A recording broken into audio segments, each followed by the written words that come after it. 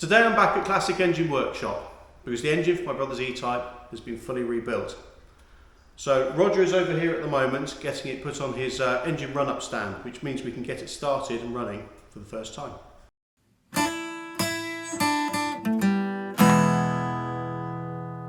So here it is. I mean, firstly it's looking great. Good. I see there is 6 brand new spark plugs here. Indeed. HT leads. Now these are donor sort of surrogate carbs, aren't Yeah, they? that's right. So we've got, because we run up these engines relatively frequently, we've got a set of parts that we just bolt on that we know are all dialed in and ready to go. So we've got some American spec Strombergs here, which are, you know, they're fine and they're dialed in already. So you just bolt them on and fire it up. Yeah. Similarly, we've got a donor Dizzy, bell housing, exhaust. And again, the inlet manifold's different as well, isn't it? The inlet manifold is different. Yeah, it's this is the emission spec one with a sort of port on it here to draw exhaust gases through and God knows what. So all that gubbins is blocked off. Excellent. So I'm basically going to help Roger build up this engine now so that we can actually get it on his run-up stand, which is just over there, and hopefully, fingers crossed, get it going. Yeah, looking forward to it.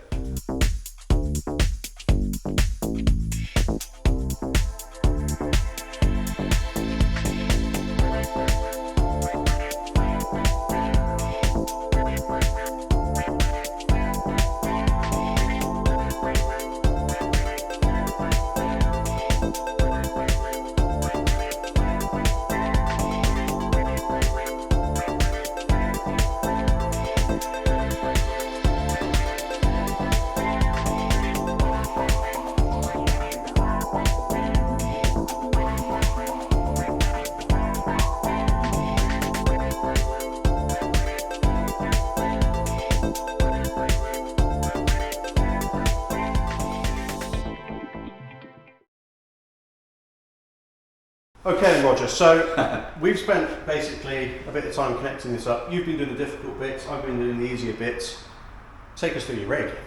Sure. Well, it's very simple. It's essentially designed to emulate installing the engine into the car, and it has all the basic stuff. So it has a radiator, it has a fuel tank, a battery, it has a header tank.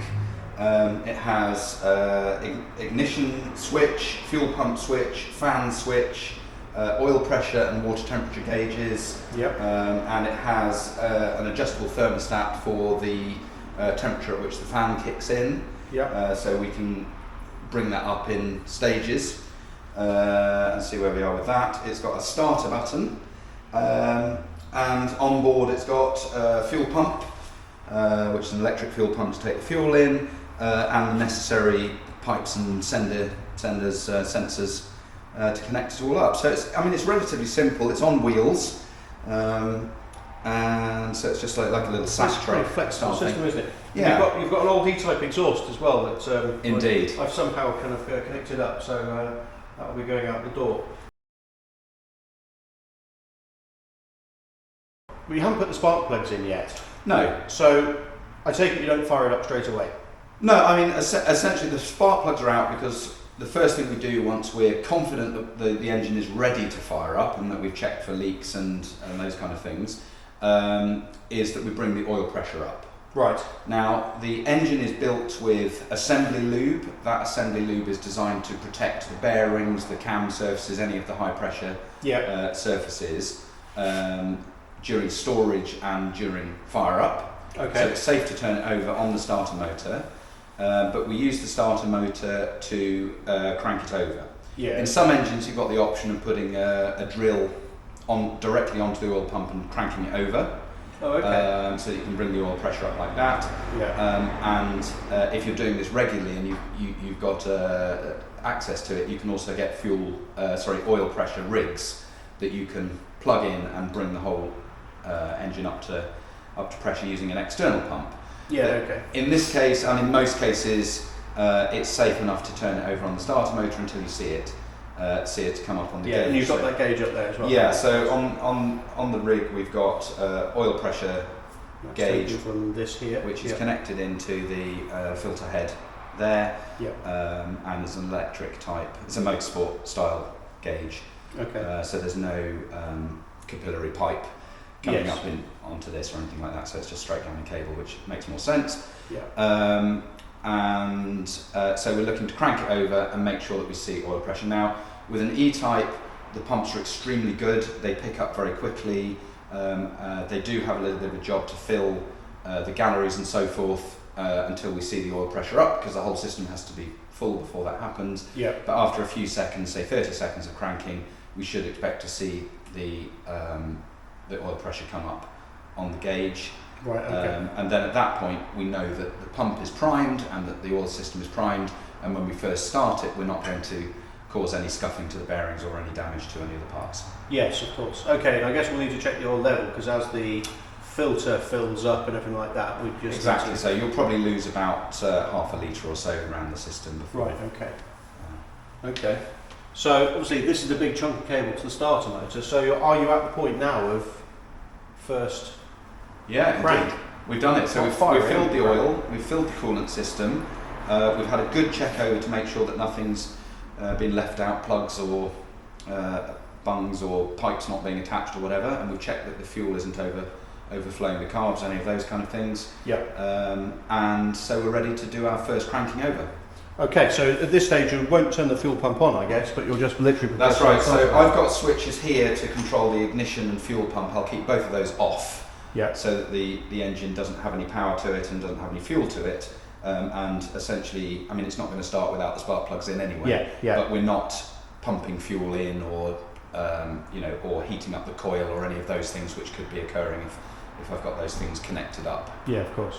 So the run-up stand makes that very easy for me to select what we're going to be doing. So under these circumstances, all I have to do is turn the thing on and then press the starter motor. Okay. Yeah, right. That's very good. So that's it. I just want to make sure these are out of the way and everything's okay and nothing's going to get caught up in the belts before we go cranking crazy. And then I'm going to crank her over.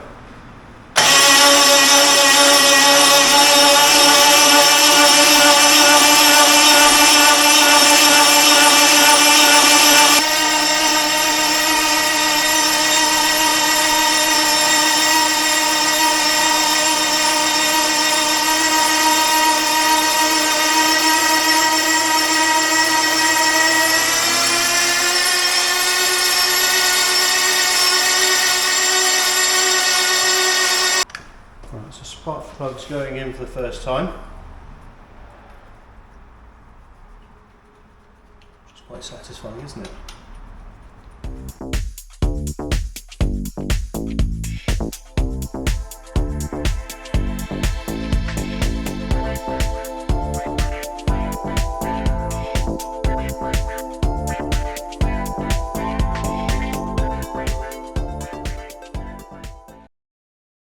So you've just connected up a rather flash-looking timing light, and it's a lot more advanced than the one I've used. So yeah, I mean, what's that about? This takes a lot of the work out of it, really, because all you need is a TDC mark on Yes. the pulley, and you can adjust the degrees at which you want it. So say we want it to be idle, we want it to be at 8 degrees advance. Then we just set this to 8, and then we adjust the distributor until it's flashing exactly on the mark there. Yes, okay. So it does the calculations for you. You don't have to look for a sort of 10-degree mark on your front pulley or whatever. Nice. It does it for you. You just read off a single TDC mark. So what I've done, because the early E-Types had the timing pointer on the sump and underneath, Yeah, right. so that you could time it up on a ramp. Yes. I'm not going to get down on my hands and knees to do this on so I've put a wire pointer on, which is lined up with the front pulley, and I've just put a little paint mark so that I can use that as a rough thing. Now, we're not doing any road testing or anything like this, so we'll just dial it in to 8 to 10 degrees, something like that, and then just move it around a little bit until it feels happy, just for the duration of the run-up. Yeah. Which, whilst we're running it up, we're only going to be taking it sort of between 1,000 and 2,500 RPM, just varying the idle, just you don't want to keep it on a steady low idle. Bring the revs up a little bit and start getting a little bit of combustion pressure onto the rings, And generally, once it's warmed up and you've checked that you haven't got any leaks or unpleasant tapping or ticking noises or anything like that, and you've done the once around, that's all you need to do. The biggest thing really is just to find those little troubleshooting things that might mean that you have to say you've got a leaky sump gasket, for instance. Well, we discover that here. Then it's very easy. Put this back on the engine stand, flip it over, change it, put some sealant in or whatever it needs to fix the problem, and then it's done. And that's maybe taken us an hour to fix. Yes, of course. You put it in the car. Yeah, by contrast. By contrast, and then suddenly, to get the sump off, you're messing around with all torsion bars and God knows what. Yeah. So it's kind of it's a real health check. It's a health check. Yeah. I mean, the next step up to this would be to run it in on a dyno. Yes. Where you're putting it through the proper load cycles and so on. So you can't run an engine in on a stand like this. Yeah. You have to put load on it. You have to drive it in the car. Yeah. So either put load on it in an artificial environment like an engine dyno, or put load on it by driving it around. Yes. This is not good for an engine to run it for any longer than what we need to test and check that everything's fine. And then immediately, once you've done that, what we do is we drop out this oil that we've used for the test. Right. So that's a nice thing. It just flushes the inside of the engine clean, and it's gone through all the galleries and it's been through everything. Yeah. So that's a nice way of getting rid of it. And then when you put it into the car, install the running in oil, and then fire it up and drive it straight out. Right. Okay. You don't want to be leaving it to idle for any longer than you have to when it's first built. These days, the wisdom on running in has changed quite a lot, actually, because I think it used to be very, drive it very gently, drive it for 1,000 miles. Now the advice really is drive it moderately, but firmly. Okay. Don't hang around too much. Don't allow it to lug. Don't rev it too high. Yeah. But otherwise, drive it with confidence. So I guess you don't want it to coke up or anything like that. You don't want it to coke up. Yeah. You want it to get up to temperature relatively quickly. But the really important thing is the science behind it is that the combustion pressure acts outwards on the piston rings. Right. Particularly the top compression ring. Yeah. What you're looking for is for that ring to be pushed out against the bore wall whilst it's going up and down, and where bedding in the rings to the bores. Okay. Now with modern honing, particularly plateau honing, which is where it's honed once with a coarse stone to create these valleys that the oil can live in, which is absolutely necessary for a running engine, and then a finer hone goes in to knock off the peaks. Right. Now that's done 90% of the work of running in already for you. Yes. And it doesn't fill your sump with bits of swarf because they've already been cleaned out at the machine shop. Yes, of course. So you've got a half run-in engine already, but if you've had it plateau honed. I see. Okay. So that's what we do, and then the advice really is once you've got it in the car, get out there, start driving it straight away, and 250 miles at the most, you're done. Yeah. Okay. Wow. And then take out your running in oil. Take out the running in oil and put the protection oil in. Yeah.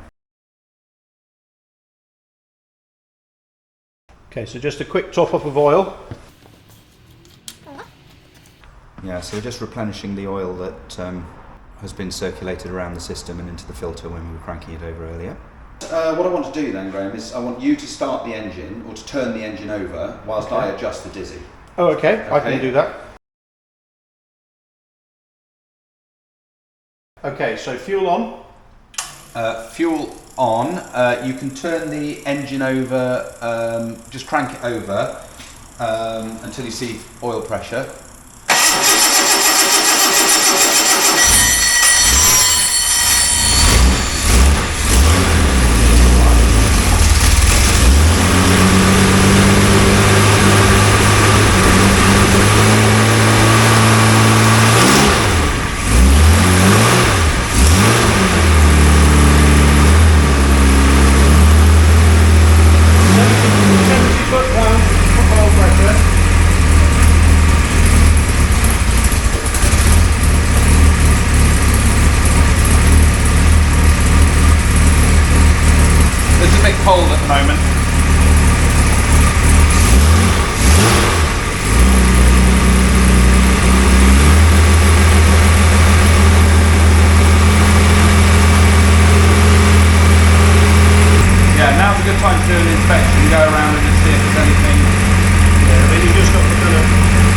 burning off the exhaust. Turning up the exhaust. Yeah. Be expected. So you've just shut the engine down to top up the coolant. Yeah, so as we've been running the engine, air bubbles are coming out, and you know this is only a little header tank. What we're going to do now is run it up to full operating temperature. So we've got a 72 or 74 degree I think, centigrade thermostat in. So we want to make sure that that's opening properly. We'll see that occurring, and we've got the fan at the moment set to kick in at 80. Okay, so that gives us a bit of leeway to make sure that it's running like that. And then it's just observe core plugs. Absolutely, seals. you know, if anything's going to, a core plug blows out or a gasket leaks or weeps or whatever it is, we want to see it right now and here so that it doesn't, you know, blow coolant all over your freshly prepared engine. The tappets, no tappety rattling. Sounding really smooth. Really smooth, really quiet. Of course, it is fully dynamically balanced as well, so we're expecting to see. It's extremely steady. Extremely stable. You know, even when we're revving it, you're not seeing any of those movements happening. Power on, fuel on, and I'm going to crank it over.